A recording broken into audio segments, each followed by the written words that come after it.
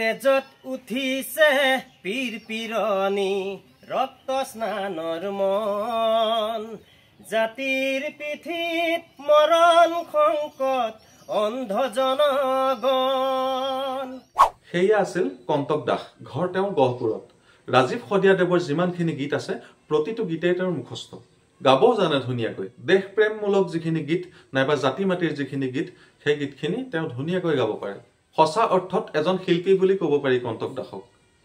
এজন দুখীয়া শিল্পী, এজন এনেকুৱা শিল্পী যদি তেওঁ এদিনৰ কাৰণে আনৰ ঘৰত তামোল পাৰিবলৈ নাযায় তেন্তে তেওঁৰ ৰাতিৰ সাজৰ কাৰণে চিন্তা হৈ যায়।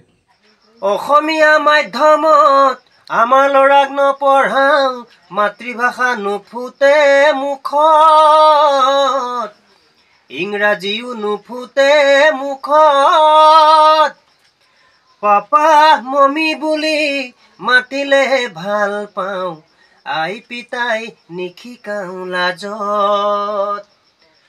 হেৰ অসমীয়া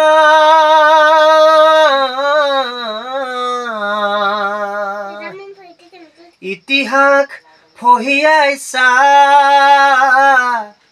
ভুল নুবুজিবি মোক, নিজৰ সংস্কৃতিক অমান্য নকৰিবি, কমাই দে পশ্চিমীয়া ভোগ। পেটত গামোচা বান্ধিও তেওঁ সংগীতৰ সাধনা কৰি আছে।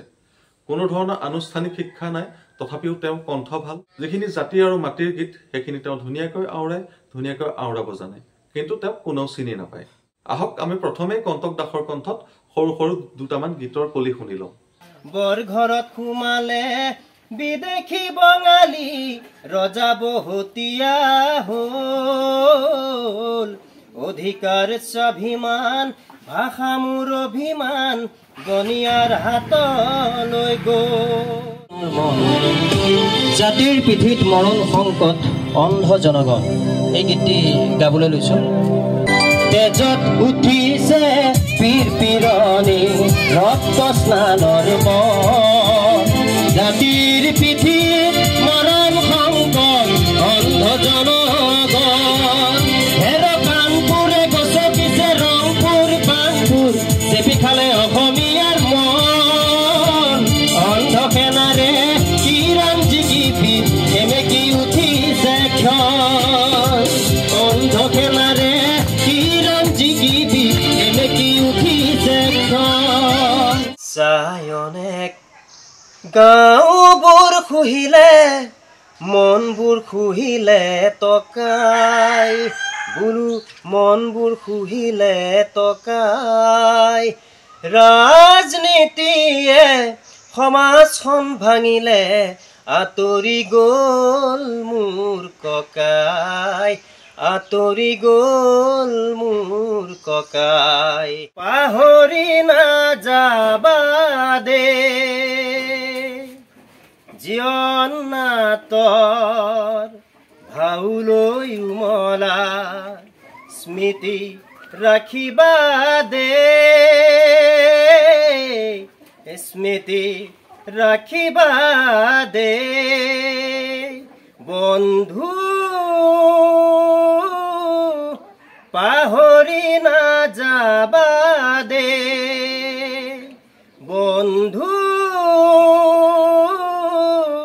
পাহৰি নাযাবা দে। আকাশ ভাঙিলেও তুমি না ভাঙিবা, প্ৰতিভাই অভিশাপ দিব,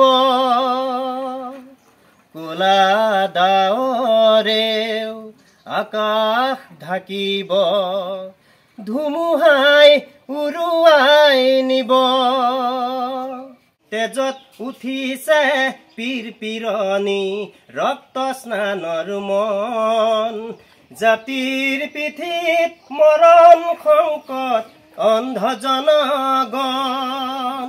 ঘোষা মৰহিছে গুৰু পাহৰিছে, চুকাফা পৰিছে খালত, খাল বুলি গাল মাৰোতেই কাঁইট লাগিলে গলত।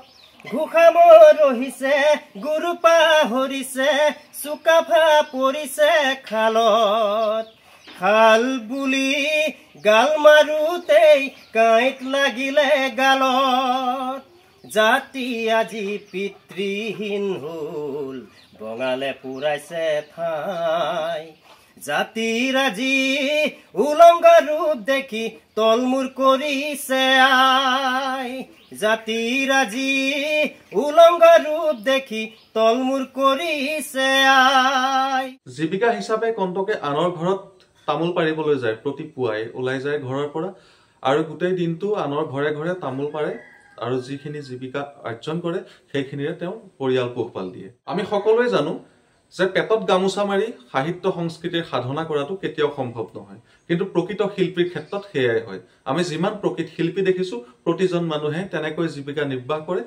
তেনেকৈ নিজৰ জীৱনটো তেওঁলোকে পাৰ কৰে বৰ্তমানে কণ্টক দাসক প্ৰয়োজন এখন মঞ্চৰ এখন এনেকুৱা মঞ্চ যিখন মঞ্চৰ পৰা তেওঁ সকলোৰে লগত চিনাকি হ'ব পাৰে বা কণ্টক দাসক সকলোৱে চিনি পাব পাৰে সময়বোৰ এনেকুৱা যে যদি কণ্টক দাসক লগ কৰিবলৈ আপুনি গহপুৰৰ সেই ঘৰখনলৈ যায় তেন্তে তেওঁ ঘৰত আপুনি লগ নাপাব কাৰণ তেওঁ এদিনৰ কাৰণে যদি লোকৰ ঘৰত তামোল নাপাৰে তেন্তে তেওঁৰ সেই ৰাতিৰ সাজ নহয় অৰ্থাৎ তেওঁ পেটত গামোচা বান্ধিব লাগিব একমাত্ৰ ধনৰ অভাৱত মানুহৰ মাজলৈ ওলাই আহিব নোৱাৰা এই কণ্টক দাস নাইবা এনে ধৰণৰ যিবিলাক লোক আছে সেই সকলোকে মানুহৰ মাজলৈ উলিয়াই অনাটো আপোনাৰ মোৰ সকলোৰে দায়িত্ব গতিকে কণ্টক দাসৰ কাৰণে ভিডিঅ'টো এবাৰ শ্বেয়াৰ কৰি দিয়ক আৰু এনে ধৰণৰ ভিডিঅ'বিলাক সদায় পাই থাকিবৰ কাৰণে আমাৰ ইউটিউব চেনেল শংকৰ ভাইবছ আপোনালোকে সাবস্ক্ৰাইব কৰি ল'ব আৰু শংকৰ জ্যোতি নামৰ এই ফেচবুক পেজটো আপোনালোকে ফলো কৰি ল'ব পুনৰ এটা নতুন ভিডিঅ'ৰ সৈতে মই শংকৰ জ্যোতি আকৌ লগ পাম জয় আই অসম